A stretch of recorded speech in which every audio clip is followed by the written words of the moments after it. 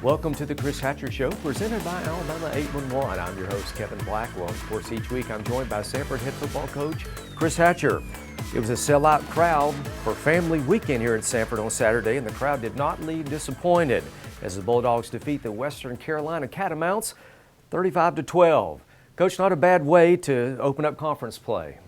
Kevin, I was extremely ecstatic about the way Saturday went. First of all, the atmosphere on the quad for family weekend carried over to our dog walk, and then just to see the crowd and the support the Samford community, the Homewood community gave us Saturday was phenomenal. And then fortunately for us, our players put on a good show.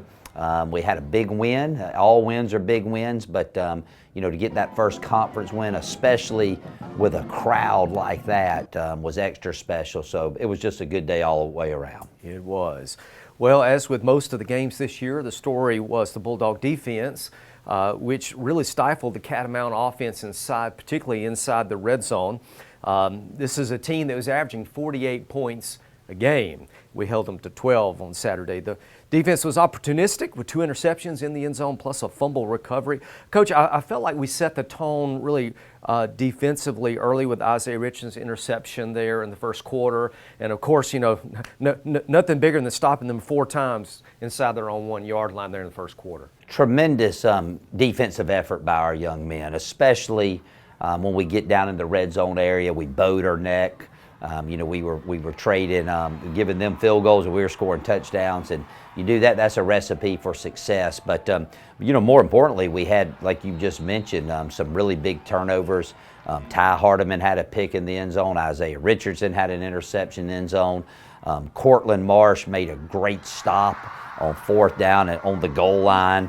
We're just playing really good team defense, and I'm really proud of those guys. Like I said, I've been saying, Coach Boone, his staff, they do a great job of bringing a hard edge to our defense. But more importantly, those guys are going out there and executing, and they're playing with relentless effort. And to be a good defense, you have to have that. It's almost like, we gave up some yards in the game, but it's like the defense said, hey, they're inside the 10, let's get nasty. And they were swarming. Well, our game plan going in was just try not to give up the big play. I mean, they have electric receivers. Their running backs are outstanding. So, bend but don't break, and not give up any chunk plays. And for the most part of the night, we were able to do that defensively. I said it in my post-game talk, but, I go against those guys offensively and pass Skelly in the red zone every Wednesday. And when I leave practice on Wednesday, I was like, I'm ready to scratch my eyes out because they're so difficult to get the ball in. So again, it'd be nice not to give them that many red zone opportunities, but at least when they're getting down there, we're stopping them. And, you win with defense. There's no question about it. I know the past couple of years, the table's been reversed. It's been more of an offensive team, but you win with defense, and I'm really proud of those guys on that side of the ball for the way they're performing. And for us to continue to be successful, we're going to have to continue to get better and continue to play with great effort down in and down out. Well, in the game, Isaiah Richardson was very effective, 8 tackles and an interception. He was named SoCon Defensive Player of the Week this week. Tay Berry, Coach, was especially disruptive, I felt like on the defensive line, particularly inside the 10-yard line. He racks up 7 tackles, 2 of those resulting in negative yardage and a sack. Talk about the importance of Tay Berry's play inside, kind of handling that nose position for us, and everything kind of comes through him, does it not? Well, he's a very seasoned player. He's been here a long time. I don't know. It seems like he's been here 8 years since I got here. But no, he's a really good player. And more important than that, I think we're just playing really good team defense. I know you mentioned Isaiah was the player of the week in the conference, but for guys to get those awards and for Tay to do what he's doing, the other men on the field have to be doing their job as well. And I think right now we're just playing tremendous team defense, and that's what it's all about. Well, offensively, Samford was efficient. Quarterback Michael Hires, again, named SoCon Offensive Player of the Week. having only 6 incomplete passes all day, 24 for 30, 392 yards, 4 touchdowns.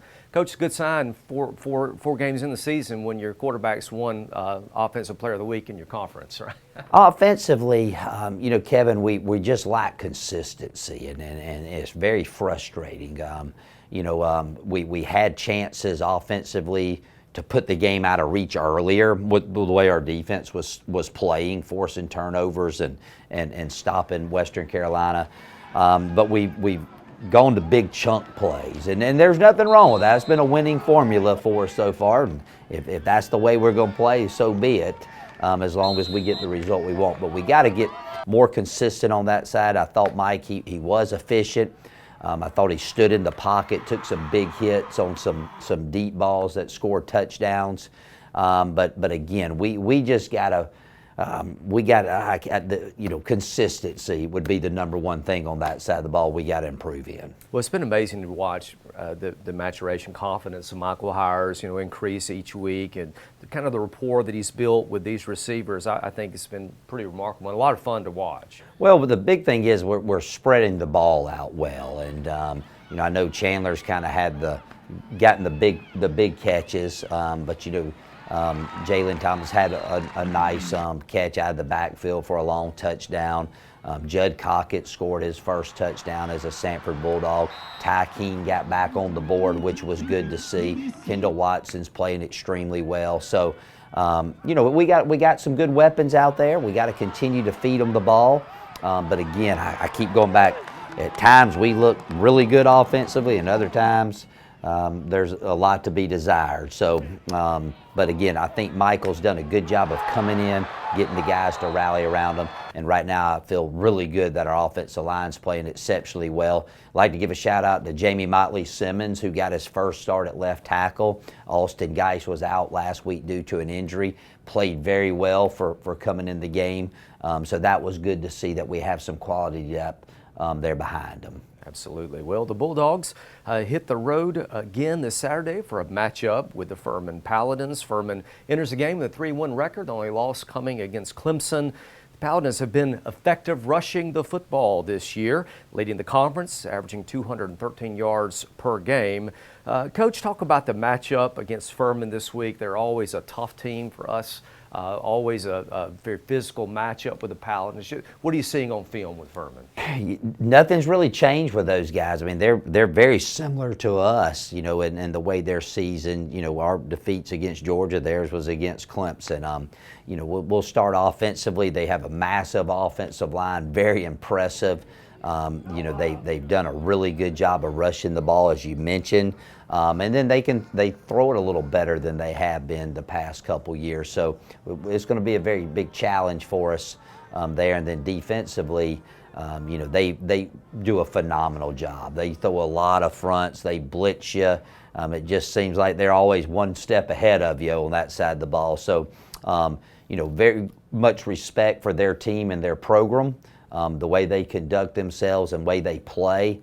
It just jumps off the field that they have a hard edge about them too, and they play extremely tough football. Going on the road, they should have a big crowd. It's their family weekend, so we got to bring our A game. We got to travel well. We got to have laser-like focus. We got to play much more consistent football for 60 minutes if we're going to come away with a victory. Absolutely. Well, Samford's game at Furman kicks off this Saturday at 1 o'clock. The game can be seen on ESPN+. And a reminder, fans, that tickets are still available for our next home game against Wofford on October the 8th. You can purchase those tickets at SamfordTickets.com. Well, that'll do it for this week's edition of the Chris Hatcher Show, presented by Alabama 811.